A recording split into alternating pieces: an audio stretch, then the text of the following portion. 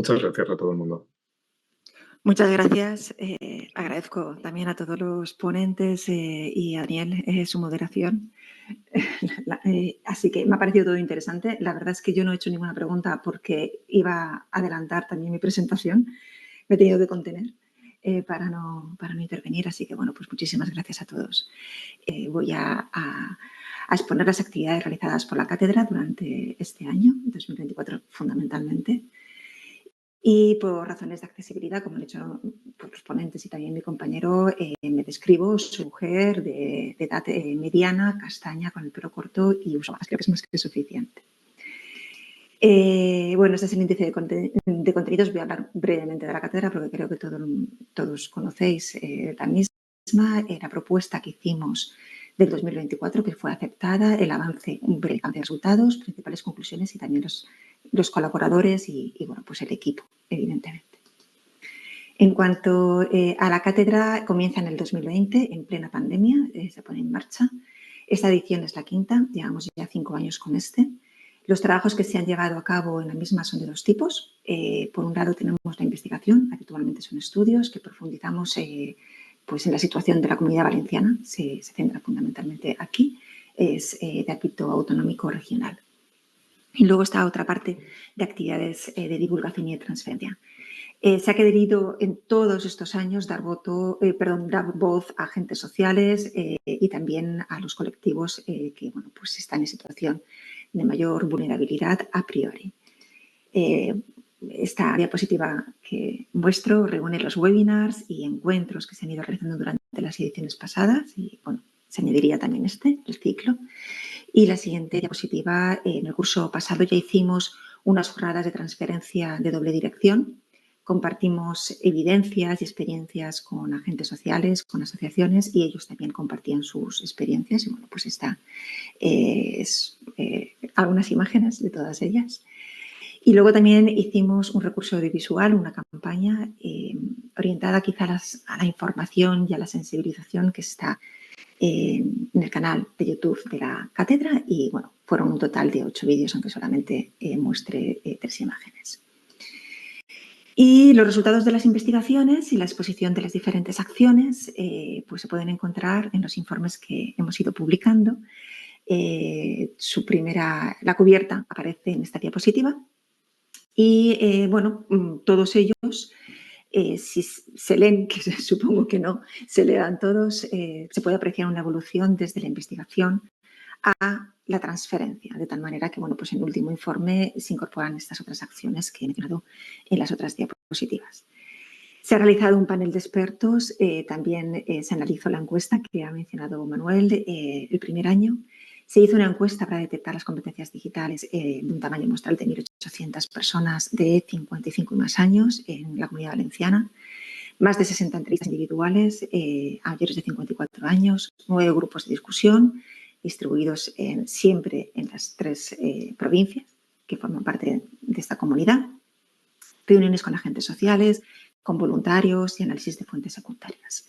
Es decir, tenemos pues toda esa información que nos lleva al final a pues una exposición de, intentamos, ¿no?, resumir brevemente toda esa información con ideas clave.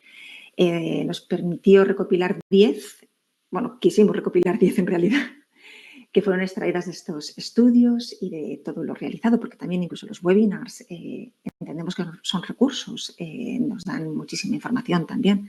No necesariamente tiene que ser una comunicación o un capítulo de libro, sino que por eso también invitamos a expertos y a expertas. Y bueno, nos vamos a detener en algunas de ellas con el propósito de contextualizar y justificar la propuesta de este año, que esa es la idea. Bien, para empezar es preciso asentar las bases de la brecha digital generacional, ya se ha hecho en cierta medida por Manuel. Los estudios de la cátedra muestran a grandes rasgos dos realidades. Es algo básico. En primer lugar, que la brecha digital en función de la edad existe, es una evidencia. Desde el primer informe realizamos estos gráficos radiales, consideramos que son bastante ilustrativos, con varios indicadores. Población usuaria de acuerdo con la definición de Eurostat de la misma, que es haber entrado en los últimos 3 meses al menos una vez a Internet. Es decir, que bueno, pues es un indicador que en el caso de que no se cumpla, pues todos los demás evidentemente están absolutamente excluidos, es decir, no están. Pero bueno, se puede ver que esa tendencia, que es la parte más gruesa, si cuanto más pegada esté a la periferia, pues quiere decir que hay más población usuaria, pero a partir de los 45 años, justamente coincidiendo con lo que se han llamado los inmigrantes digitales, y bueno, comparto absolutamente todas las críticas que se han comentado aquí, tanto por Manuel como por Daniel, relacionado con las categorías relacionadas con las generaciones digitales y la perspectiva más de notoriedad que tiene, ¿no? esa forma de categorizar las diferentes generaciones, más que un estudio profundo generacional, ¿no? Desde el punto de vista más sociológico. Pero bueno, normalmente sí que es verdad que se ve a grandes rasgos el tema de a partir de los 45 años, con muchos de los indicadores empiezan a desprenderse y por lo tanto empiezan a disminuir. Habrá que ver el porqué, pero esto existe y es una realidad. Este gráfico es sencillo y por eso consideramos que comunica bien, pero evidentemente muestra solamente una dimensión, muestra un indicador. Si observamos otras variables y circunstancias, veremos que existen diferencias dentro de un mismo grupo, ya se ha dicho, de edad, y por tanto tratar al grupo, cualquiera de ellos, de forma homogénea, pues es un error, ya lo han comentado los ponentes. Es algo que también la cátedra lleva diciéndolo desde el principio, porque está ahí. Se han encontrado rasgos socioeconómicos clave, como por ejemplo es el nivel de estudios. Cabe decir que la cátedra inicialmente observa las competencias digitales, por lo tanto es lógico también que el nivel de estudios explique bastante sobre las competencias adquiridas. Haber trabajado y sobre todo la experiencia previa, pues también explica muy bien, ¿no? La relación que pueda tener los diferentes colectivos o las personas directamente con las relaciones, con las tecnologías. Todo ello nos lleva a las dos primeras ideas clave. La primera es que la persona tiene que estar en el centro del proceso de la digitalización, no solamente desde el punto de vista estadístico, sino también todas las observaciones cualitativas que hemos ido incorporando. Se dice, es algo recurrente y se deben de conocer las necesidades de los diferentes colectivos para tratar de evitar las brechas. Y en este caso, a continuación, las recomendaciones se organizan en torno a esos tipos de brecha, ¿no? Para tener también pues una idea. En cuanto a la brecha de primer nivel, se ha comentado ya, los ponentes lo han dicho, los estudios de la cátedra también demuestran que el 16% de los mayores de 54 años de la Comunidad Valenciana no tenían conexión a Internet en el hogar. Este porcentaje se eleva cuando hablamos de personas usuarias. Además, también preguntamos por los motivos por los que no se accede en el último año a Internet y una gran mayoría afirman que no se entiende, que no lo sabían, que no les gustaba, que bueno, pues son realmente diferentes respuestas de lo mismo, ¿no? Que es que pues no se entiende, se sienten excluidos. Pero incluso para los que responden que sí lo utilizaron en ese mismo periodo de tiempo, una gran parte necesitaron ayuda para hacer trámites y los motivos son los que aparecen en la diapositiva, los dos grandes motivos. Como veremos más adelante, también orientan la intervención social en dos sentidos, ¿no? Que es, habla de habilidades y habla de plataformas. La cuestión es que las brechas de primer nivel existen aún y se ubican no solo en la posibilidad de tener o no dispositivo conectado, sino también, como decía Daniel Laparra, en este caso mi compañero, que la conexión sea suficiente, que no genere problemas. En definitiva, si no se eliminan todas las formas de brecha de primer nivel, como sabemos, o de acceso, en cualquiera, insisto, de sus formas, pues las acciones que se hagan después irán destinadas a un grupo muy limitado, que son los que realmente, bueno, pues tienen la posibilidad de usarlas. Bien, situados ya en la brecha de segundo nivel, como muestra la diapositiva, podemos proponer una serie de recomendaciones agrupadas justamente en esas dos líneas de acción, basadas en tales evidencias. La primera reúne acciones orientadas a personas y la segunda orientada a tecnología. Las vemos en diapositivas separadas porque consideramos que son interesantes, aunque sea de forma muy resumida. La primera, orientada a personas, pues hay que advertir que la cátedra estudia las competencias digitales desde el principio y, por tanto, pues fundamentalmente todo se ha orientado hacia esta línea de acción principalmente. Vemos que es importante la alfabetización digital, ya lo comentaba también José Antonio, que ha intervenido en esta línea.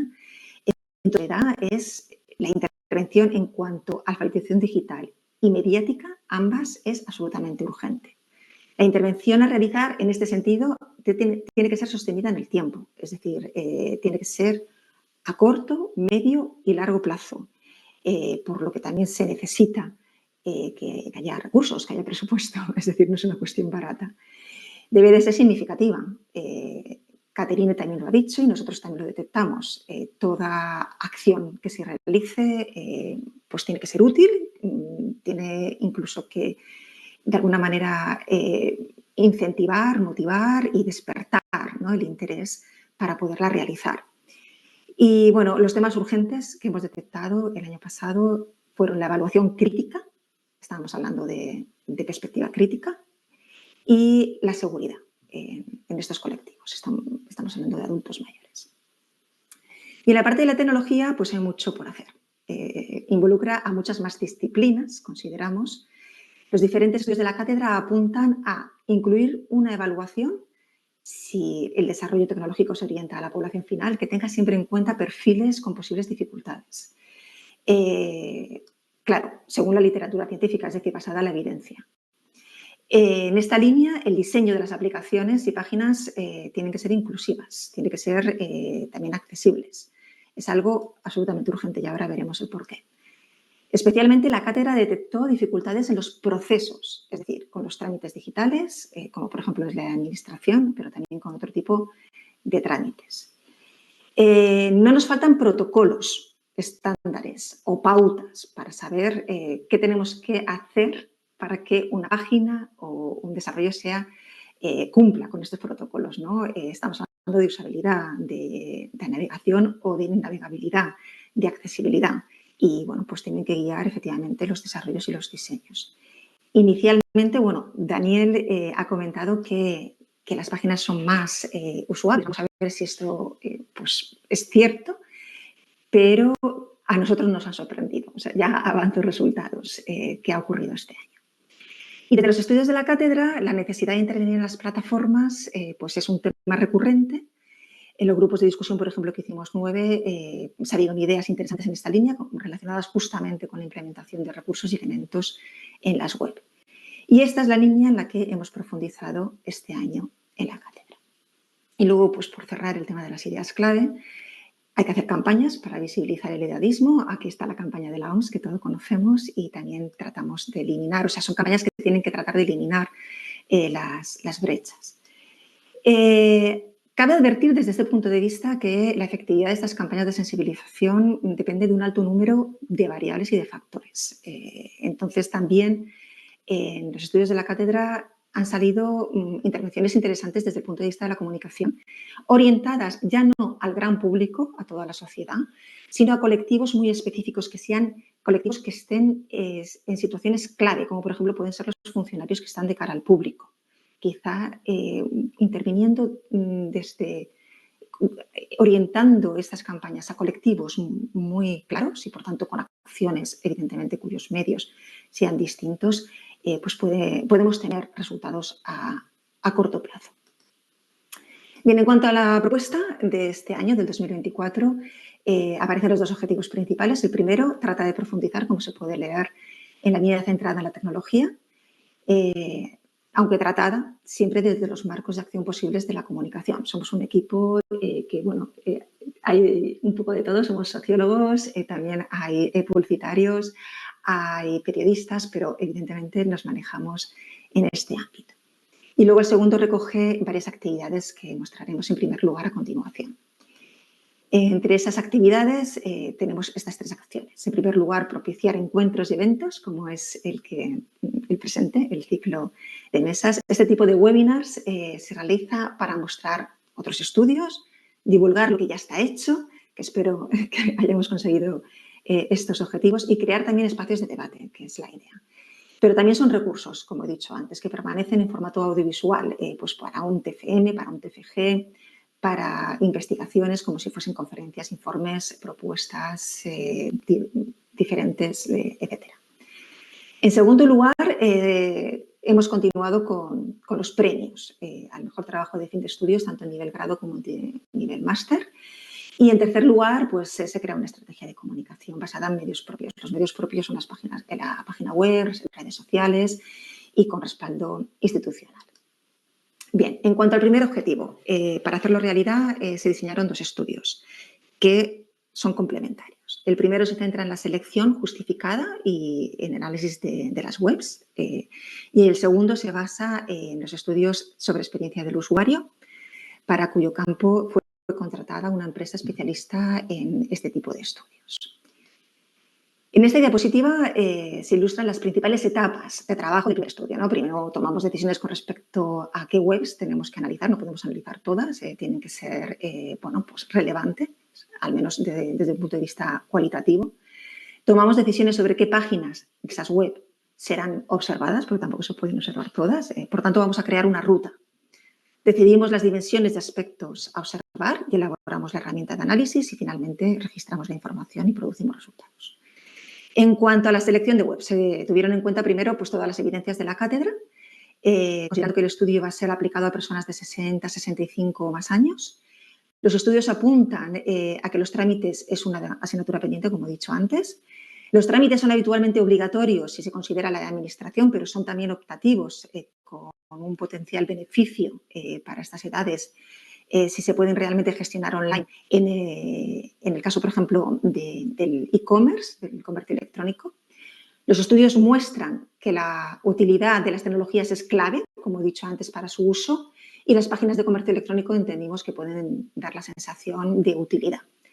Además, el conocimiento y la confianza también son claves para llevar a cabo una compra online, se ha dicho en la mesa. Realizar esta acción se podría consideramos que es un indicador de la adopción de la tecnología, si se llega a hacer una compra online. Finalmente, este tipo de webs, hablamos de la e-commerce, tienen una aplicación transversal, es intergeneracional. Además, las webs de comercio electrónico tienen un objetivo muy concreto y con motivos lucrativos, por lo que les interesa tenerlas optimizadas continuamente. Y en este sentido, pues pueden ser un buen marco, como he dicho antes, de observación para conocer qué elementos funcionan o qué no funcionan, que es el objetivo. En cuanto a la tipología, pues por todo lo anterior se decidió seleccionar 3 webs de comercio electrónico dirigidas al usuario final. Las 3 webs fueron seleccionadas tras constatar el tipo de productos habitual que suelen comprar los mayores de 55 años, de acuerdo con los datos del INE. Y se seleccionaron las 3 primeras o más relevantes con un mayor número de ventas de acuerdo con un ranking establecido. Bien, además de las 3 webs de comercio electrónico seleccionadas, incluyó una institucional, que fue justamente, se ha mencionado antes, la Inserso, y que, bueno, pues suele tener servicios, como sabemos, interesantes para la población de destino. Tras esta selección se elaboraron las rutas que aparecen aquí. En cada una de ellas se ve las webs y la ruta que tenían que seguir, ¿no? Y, bueno, el primer estudio, estas rutas son iguales para el primer estudio y para el segundo. En el primer estudio son los investigadores, las investigadoras, las que pasan la herramienta de análisis, y en el segundo, pues, son los las personas que participan de ese estudio, las que intentan, ¿no?, seguir esa ruta. Vamos a ver pues, el segundo estudio con respecto a, perdón, el primer estudio con respecto al instrumento que se elaboró y que bueno, nos sirvió a nosotros como modelo para poder analizar las diferentes webs. Tenía esas 7 dimensiones, como podemos ver la octava, que es el de contenidos, se observó a través del trabajo de campo. En cada una de esas dimensiones teníamos varios ítems, solamente he mostrado aquí el primero de acceso y navegabilidad que teníamos que observar, y en cada uno de estos ítems teníamos una descripción, una evaluación cuantitativa, podría tener una variable o varias variables dicotómicas, y luego una evaluación cualitativa. Fueron observadas tanto en escritorio, la pantalla de ordenador, como la pantalla de móvil. En total fueron 26 aspectos a observar, 37 variables, aunque de esas variables 5 fueron solamente observadas a través del campo, con 4 observadores y las 2 pantallas. Bueno, realmente fueron muchas observaciones, ¿no?, las que estuvimos analizando. Bien, en cuanto al segundo estudio, esta diapositiva también muestra el camino. Tomamos decisiones sobre qué perfiles deben ser seleccionados para realizar la prueba. Tomamos decisiones sobre qué páginas de esas webs sean observadas, es decir, es la misma ruta, en este caso coincide. Luego diseñamos y preparamos el campo, se realiza el campo con la ayuda de una empresa y finalmente registramos información y producimos resultados. Bien, en cuanto a los perfiles, quisimos llegar a una franja de edad lo más homogénea posible, aunque asumiendo la diversidad que hay dentro, evidentemente, de todos los colectivos. Se seleccionaron tanto hombres y mujeres con estudios diferentes, población usuaria, todos ellos, para que no tuvieran un límite, a no pudieran hacer el ejercicio. Y finalmente fueron 24, 8 en cada provincia. Cada uno de ellos tenía que realizar 2 rutas. Fueron también distribuidos los tipos de dispositivo, en escritorio o móvil, es decir, testeamos los 2 tipos de pantalla. El método de este estudio procede del paradigma cualitativo. Hay un observador participante, varias observaciones participantes que apuntan el comportamiento, expresiones verbales y no verbales de los usuarios y que en caso de atasco también puede ayudar, pero evidentemente no puede intervenir demasiado. Además, se realizó una entrevista de validación confirmatoria, sobre todo de las emociones interpretadas por el observador o la observadora durante todo el ejercicio. Esta es la dinámica de la sesión y estos son los 3 momentos claves, o los 4 momentos claves, las 4 fases que forman parte de esa ruta o recorrido, hasta finalizar el trámite. Bien, en cuanto a los avances de resultados, aquí soy consciente de que tiene mucha información esta diapositiva. Solo es a título ilustrativo. Se trata de una tabla resumen, además, de 5 aspectos, hay muchísimos más. Evidentemente, le precede el análisis de los 26 ítems incorporados o aspectos en el instrumento brevemente explicado, que suponen 32 variables por página y por dispositivos, es decir, un total de 256 observaciones o evidencias. Para esta presentación destacamos ideas clave únicamente.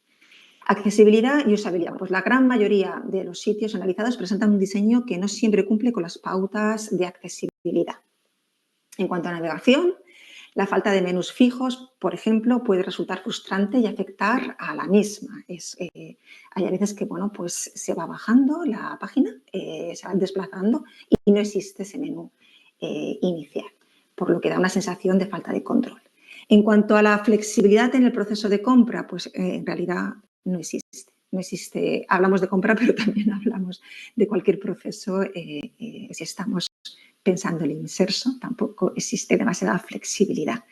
En cuanto a la visibilidad de los elementos, pues también encontramos margen de mejora, es decir, no siempre son prominentes ni intuitivos, lo que puede dificultar el uso por parte de las personas con dificultades, por ejemplo, visuales, ¿no? Y en cuanto a soporte, no se observan tampoco elementos de ayuda fáciles, como tutoriales simples o guías de uso sencillas, por lo que pues no nos esperábamos encontrar estos resultados y pues están aquí. En cuanto al segundo estudio, son, como hemos dicho, 24 usuarios, cada uno de ellos realiza 2 webs. Por cada web tenemos observaciones en cada una de las 4 etapas. Por lo tanto, se disponen de 192 observaciones que pueden incluir varias emociones en cada una de esas etapas, verificadas por la persona participante. Se destacan, en primer lugar, problemas con el posicionamiento de las páginas. Esto dificulta poder acceder a la página apropiada. En segundo lugar, esto es de forma muy breve. Una vez en la página, algunos participantes también tuvieron dificultades para diferenciar entre la web corporativa y la tienda online. Es decir, porque elegimos algunas páginas que tenían las 2 y parecía la misma. Entonces, no sabían realmente dónde encontrar la tienda. En la web institucional, la de Inserso, también tuvieron problemas entre la web oficial y otros resultados que no eran oficiales, pero que sí que aparecían. Bien, en tercer lugar, una vez en las páginas, se pudieron identificar elementos que afectan a la experiencia del usuario, tales como el aviso de cookies. Este es obligatorio, por tanto no se puede hacer nada, pero hay opciones posibles como contrataciones extra, por ejemplo, seguros, que pues desorienta o desconcierta o distrae. La ubicación de elementos fuera del campo de visión, sobre todo, por ejemplo, en móvil, en ciertas pantallas. Hay pop-ups o anuncios durante la navegación que de repente aparecen y también distraen sobre descuentos o encuestas de satisfacción. En la web institucional no aparecen ofertas, pero sí se muestran ventanas de control de audio por accesibilidad, algo que en principio podría ser bueno, pero es que causaron distracción porque estaban también flotando. En cuarto lugar, hay que entender cómo navegan las personas participantes, los usuarios, ¿no? Con el perfil que hemos destacado antes, ¿no? Y normalmente cuando tienen un objetivo no se van a los menús, sino que buscan a través del buscador interno, del motor de búsqueda que tiene la web. Lo hicieron todos, de esta manera. Siempre son motores eficientes, no son precisos, nos dan en algunas webs, en este caso no eran en todas, nos dan muchísima información y entonces, bueno, pues realmente pues no sirve para mucho. De hecho, en la web institucional, en la de Inserso, algunos preferían buscar a través de Google directamente y prescindir de la búsqueda interna, porque era tal la información que aparecía y que además no tenía mucho que ver con lo que estaban buscando, que se distraían muchísimo, ¿no? Y se desorientaban. En quinto lugar, es importante diseñar la ficha de producto o el servicio. Antes han hablado de Canarias, etcétera. Bueno, pues esto efectivamente es que es así, es que se ha constatado en este estudio, ¿no? Primero, no puede ser difícil de localizar. Las descripciones de producto tienen que estar completas. Hay algunas páginas que no las tienen completas y tampoco tiene que tener mucha información, tiene que ser la fundamental. Una vez en la ficha, también debería de ser fácil localizar la opción de compra. No siempre es así. O la realización del trámite. Tampoco es así. Y en sexto lugar, pues también se observaron limitaciones para regresar a la página anterior, porque hay veces que, bueno, pues pinchaban y se abría una nueva ventana, por lo que no permitía darle al botón de retroceso del navegador, por lo que de alguna forma se sentían también inseguros y no sabían cómo regresar, ¿no? Cómo navegar. Bien, principales conclusiones, y con esto ya me quedan 2 minutos y voy a intentar terminar. En cuanto a los estudios, el primer estudio, pues sí, existen diferencias entre las 4 webs, es verdad. El segundo estudio confirma las limitaciones que hemos detectado en las anteriores webs. Y aunque hay también fortalezas, pero sí que hay áreas de mejora. Y bueno, destacamos estas 7 recomendaciones. Primero, hay que implementar una estructura de información más clara y sencilla. Uso de encabezados claros, diseño menos agarrotado de información, por ejemplo, utilizar imágenes puede estar muy bien para reducir justamente la carga cognitiva. También incorporar menús persistentes que faciliten la navegación, como he comentado anteriormente, sería nuestra segunda recomendación. Verificar los buscadores internos, creo que también está bastante claro que es importante porque lo que se utilizan. En cuanto al proceso, tiene que ser más flexible para que las personas que estén utilizándolo puedan retroceder y no tengan la sensación de que si van avanzando y se equivocan, luego no pueden hacer nada, que es lo que les estaba pasando. Mejorar la visibilidad de los botones y enlaces. Curiosamente, en la página institucional, en la Inserso, no están ni siquiera señalados en azul. Cumplir la máxima de minimizar las interrupciones. Esto es absolutamente necesario para que no haya distracciones. Y finalmente, proporcionar recursos educativos o asistencia en línea que permita a los usuarios neófitos de cualquier edad pues que se puedan familiarizar con las plataformas. Bueno, cerraríamos este apartado con estas frases, ¿no? Los adultos mayores son un grupo creciente en el uso de tecnología y plataformas digitales, pero se enfrentan, como también se enfrentan los jóvenes, a desafíos específicos. Y aplicar, entendemos que las directrices y normas de accesibilidad no solo beneficia al grupo demográfico que nosotros hemos estudiado, sino también mejora la experiencia general de todos los usuarios, que es un poco el objetivo. El informe estará disponible, esperemos que ya para enero, ya que tenemos que maquetar y terminar también de cerrarlo, pero estará en la página web. Y finalmente, por supuesto, no voy a cerrar sin destacar las colaboraciones en la Comisión de Valoración de Premios, que ya están actuando 3 años en la cátedra. Los conferenciantes de este ciclo, muchísimas gracias a todos. Agradecemos vuestra implicación y el gran trabajo que habéis realizado. Y en los créditos también tengo que mencionar a la empresa que hizo el trabajo de campo porque también se implicó muchísimo en el mismo.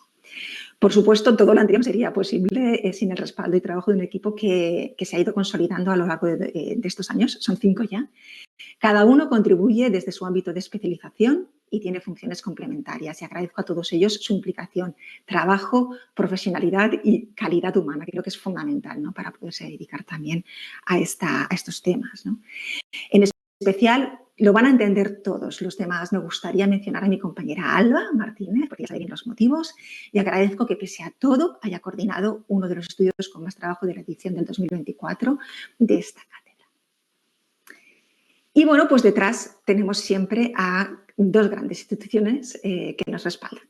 Agradezco el apoyo de la Universidad de Alicante, Servicio de Lenguas, que traducen los informes al valenciano, Unidad de Comunicación, que nos ayuda también con las notas de prensa, y todos los miembros que forman parte de la comisión mixta de esta cátedra, de la parte de la UA, y todos los cargos que intervienen y que van a intervenir en este ciclo.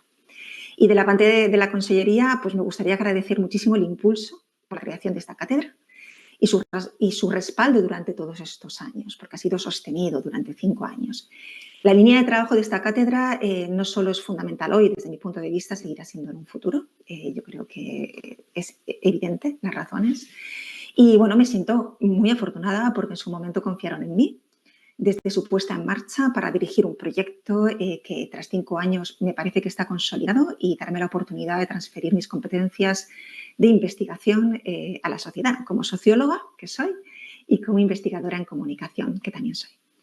Y en concreto quiero agradecer a Francisca Inés Hernández, jefa del Servicio de Estrategia, su gran labor, acompañamiento y orientación. Muchísimas gracias, Paca.